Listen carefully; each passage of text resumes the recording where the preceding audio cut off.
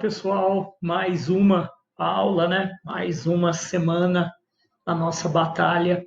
E agora nós começamos a falar a respeito de um processo de extrema importância, né? De um processo, a realidade é que é um processo gigantesco que nós iremos vivenciar a partir de agora, que a gente é o iluminismo, né? O iluminismo e a Revolução Francesa, né? São esses dois grandes acontecimentos aí que marcam a parte final do século XVIII, né? Então, iluminismo, que é a base ideológica, e depois o momento que você aplica as ideias iluministas na prática, que é a Revolução Francesa.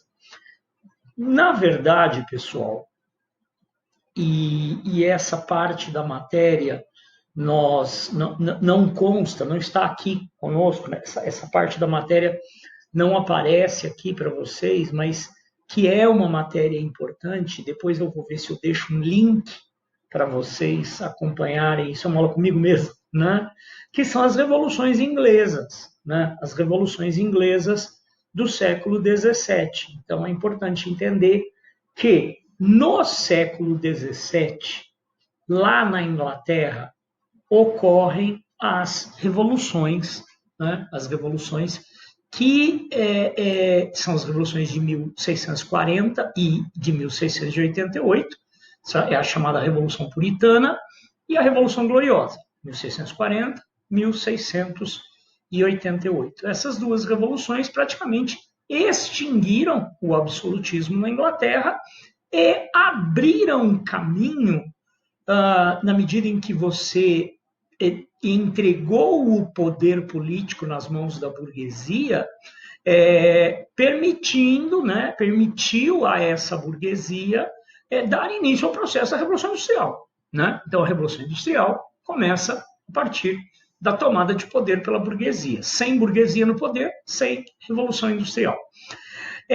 As revoluções inglesas, no entanto, elas tiveram relativamente pouca influência internacional. Até pelo fato da Inglaterra ser uma ilha, né? E as revoluções inglesas não geraram aí conflitos externos, né? Vamos pensar da seguinte maneira. Faltou a Revolução Francesa, faltou as revoluções inglesas, um Napoleão Bonaparte.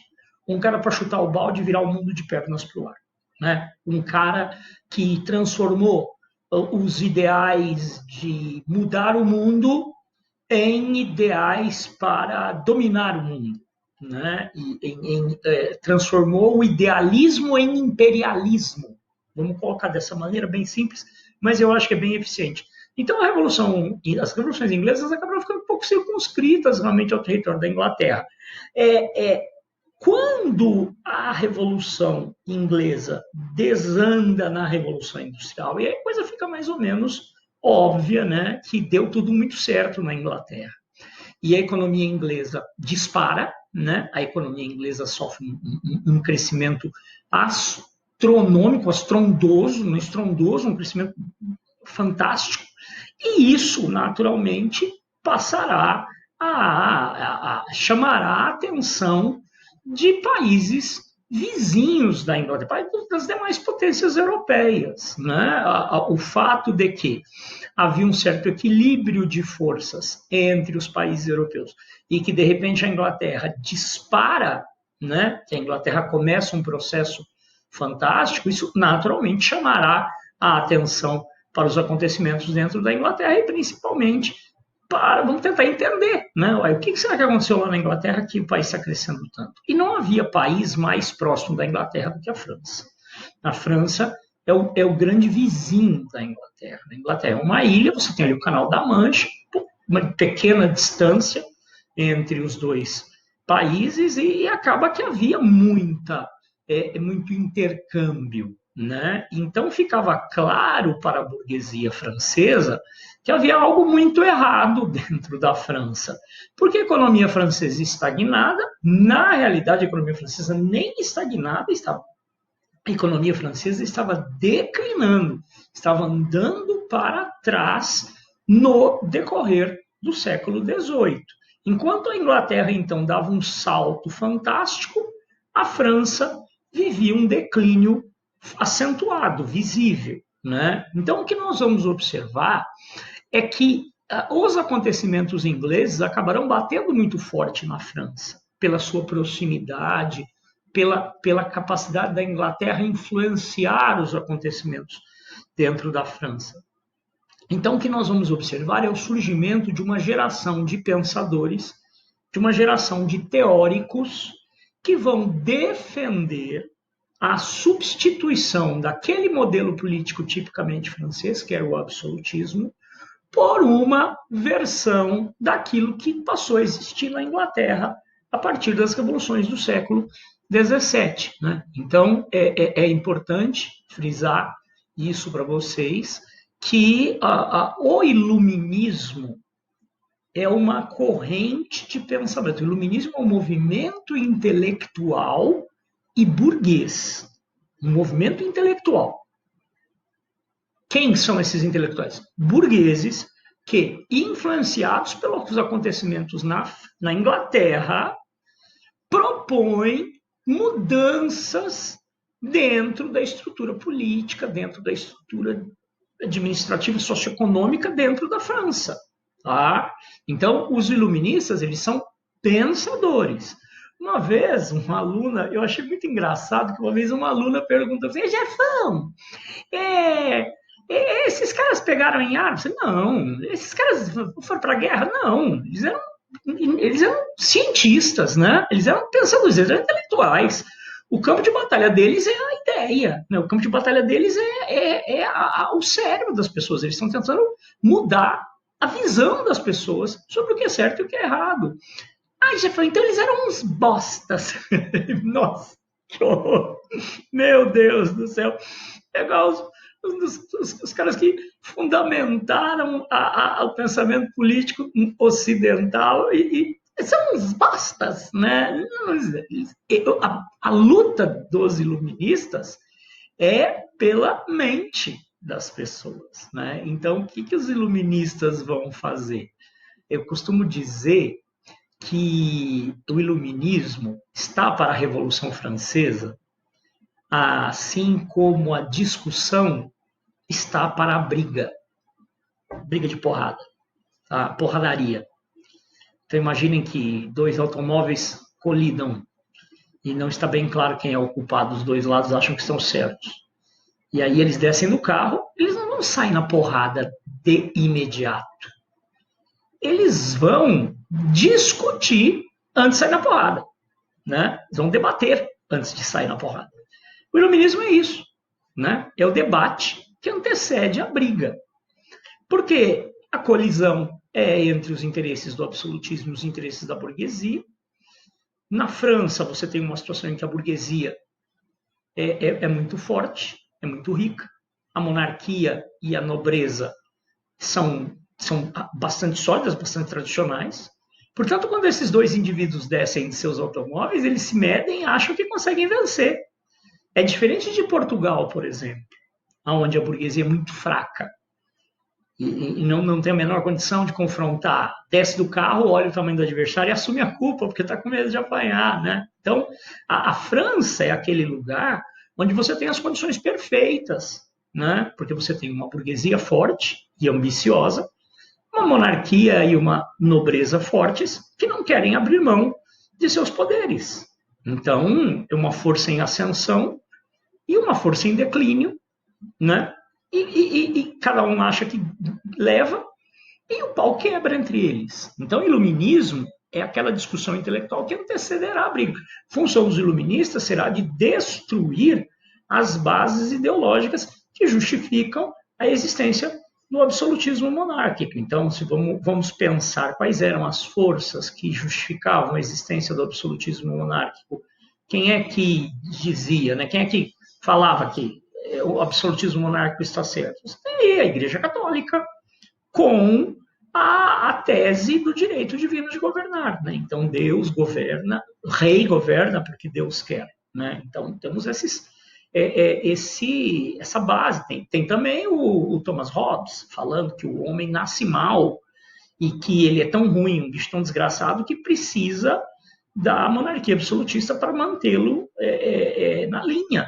Né? Precisa de um governo autoritário para mantê-lo na linha. Então, você vai precisar, primeiro, destruir essas linhas de raciocínio, você precisa desmascarar essas linhas de raciocínio, dizer, não, isso é bobagem, né? Isso é besteira, para convencer as pessoas a depois fazerem revolução. Então, esse é o papel do iluminismo, né? Convencer as pessoas da necessidade de fazer a revolução, de fazer a mudança. A revolução é apenas uma forma de fazer a mudança. E aí, pessoal, eu sempre destaco para vocês 3 grandes iluministas, 3 pensadores muito importantes, que são Montesquieu, Voltaire e Jean-Jacques Rousseau.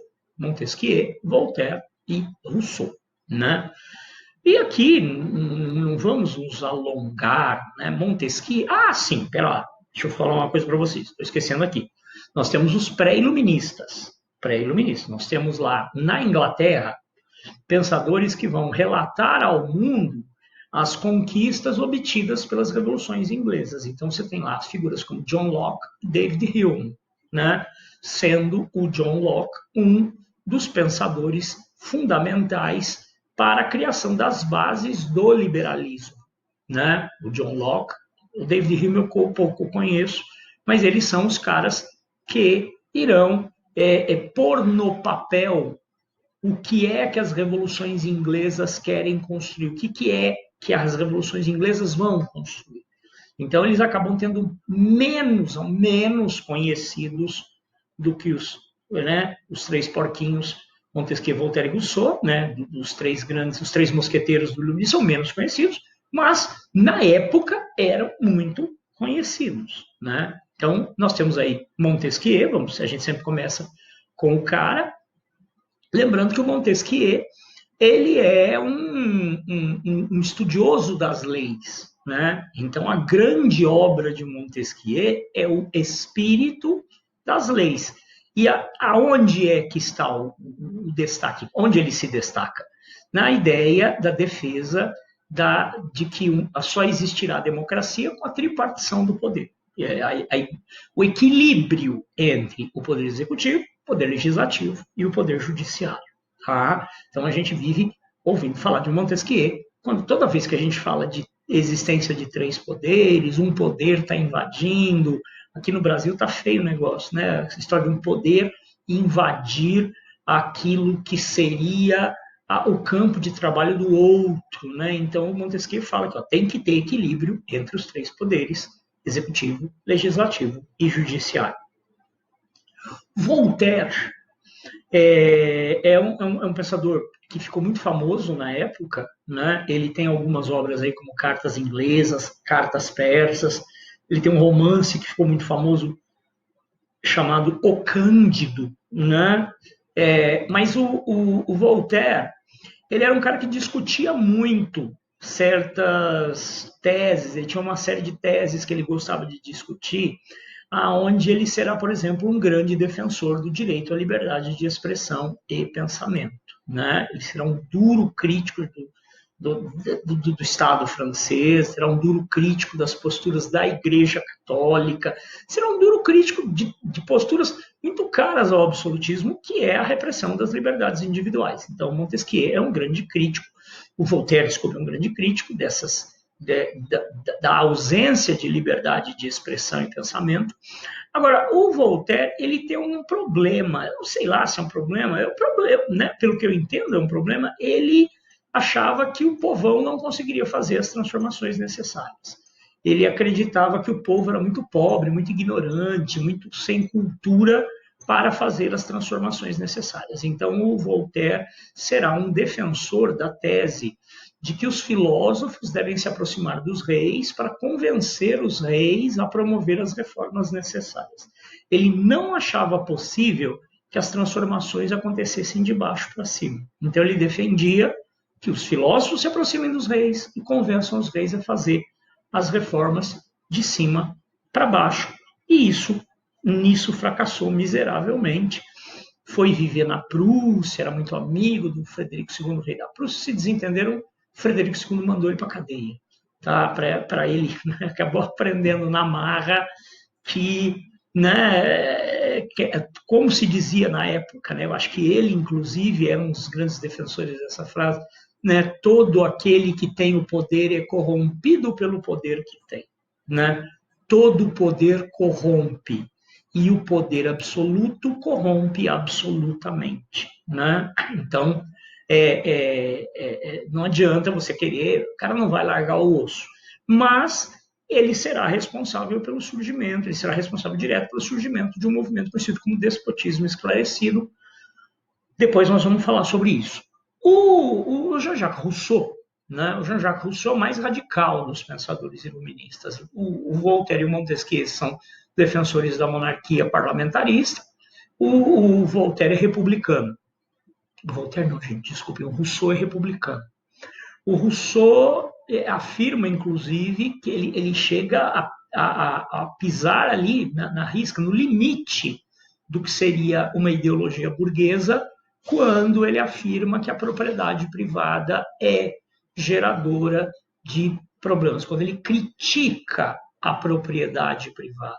Né? Então, o Rousseau chega ao limite, né, de questionar uma das essências do pensamento burguês, né, das ideologias burguesas, que é a questão da propriedade privada. Mas, no geral, o Jean-Jacques Rousseau, ele terá, né, a sua linha de raciocínio é basicamente: todo homem nasce bom, a sociedade é que o corrompe. Né? Então, ele afirma, ele contraria o pensamento de Hobbes ao dizer que não, o homem nasce bom, ele é corrompido pela sociedade. Por isso a criação da teoria do bom selvagem. Né? Quanto menos civilizado é o homem, mais próximo da bondade natural. Eu, particularmente, vejo isso como uma grande besteira, tá, pessoal? Eu não vejo bondade natural em ser humano de jeito nenhum, tá? Bom selvagem. Quanto menos civilizado é o homem, mais bonzinho ele é, pá, acredite nisso. Né?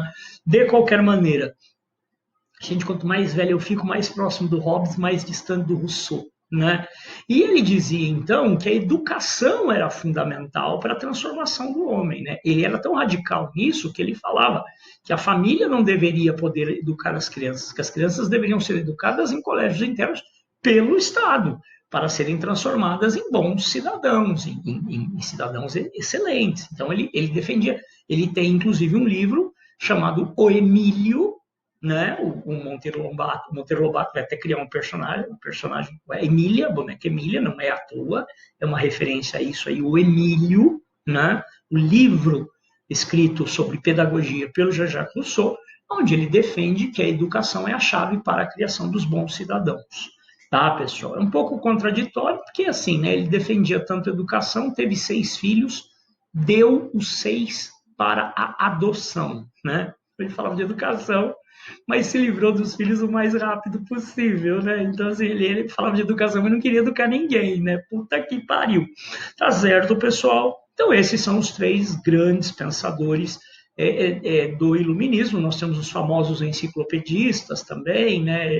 Denis Diderot e Jacques d'Alembert, que decidiram criar aí um combinado, um compêndio reunindo toda a produção intelectual humana, claro que de um ponto de vista 100% europeu, eles não sabiam nada de China, não sabiam nada de Índia, não sabiam nada de Japão.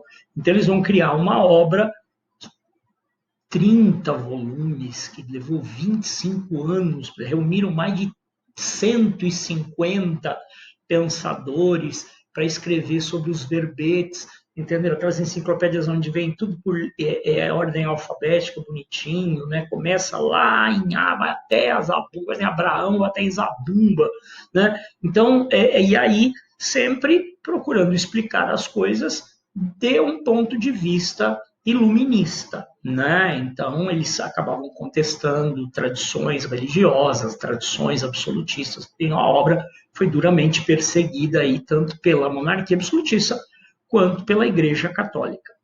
Perfeito, meninos perfeitos. Só para a gente encerrar, para que essa aula não fique muito longa. Lembra que eu falei para vocês do pensamento, do chamado despotismo esclarecido? A difusão das ideias iluministas e o crescimento das críticas ao absolutismo levou ao surgimento de uma geração de monarcas absolutistas na Europa, na segunda metade do século XVIII, esses monarcas vão colher influências iluministas, tá, para dar uma abrandada nas piores características da monarquia absolutista. Esses reis europeus, com destaque para Frederico II da Prússia, Catarina II da Rússia, José II da Áustria, esses caras, eles vão... vocês, alunos, estão me criticando porque o conteúdo da minha aula é ruim e eu tenho muito CC, entendeu? Então, a crítica é, sua aula é ruim e você tem muito CC. Então, eu resolvo tomar banho para chegar pelo menos cheiroso na aula. Então, assim, o que eu vou mudar em alguns aspectos? Tudo bem que ninguém merece CC, mas estou dizendo assim, aspectos cosméticos. O conteúdo, isto é, a aula ruim, continua. Então, os déspotas esclarecidos, déspota, monarca, ditador, tirano, esclarecido é a expressão alemã para iluminado, iluminista, influenciado pelo iluminista, Aufklärung, né? Esclarecimento. Déspota, monarca absolutista, esclarecido, influenciado pelo iluminismo. Monarca absolutista, influenciado pelo iluminismo. Então, eles vão pegar algumas ideias mais cosméticas para dar uma maquiada no absolutismo, tornando ele mais aceitável e, assim, mudar para continuar o mesmo. Né? Então, eu costumo dizer, isso que é a característica do despotismo esclarecido. Monarcas absolutistas que vão promover certas mudanças, mas nunca mudanças importantes, nunca mudanças significativas, mudanças de base. Tá? Por isso eles são chamados de déspotas. Né? Um déspota, seja ele esclarecido ou não, é sempre um déspota, é sempre um tirano. Tá certo, pessoal? Gente, beijo para vocês e daqui a pouco mais uma aula, mais uma aulinha.